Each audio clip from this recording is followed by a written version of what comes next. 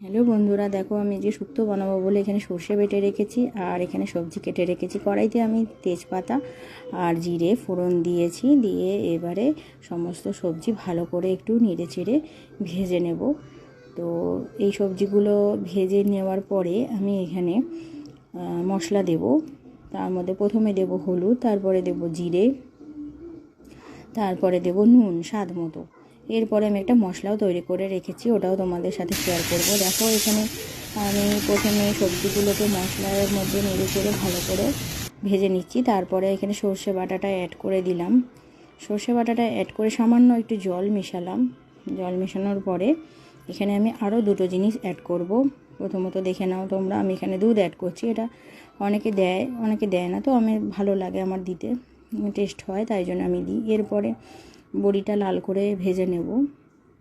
বড়ি আমি লাল করে ভেজে নেওয়ার পরে শুক্তোর মধ্যে বড়িগুলোকে এক এক করে দিয়ে দেবো।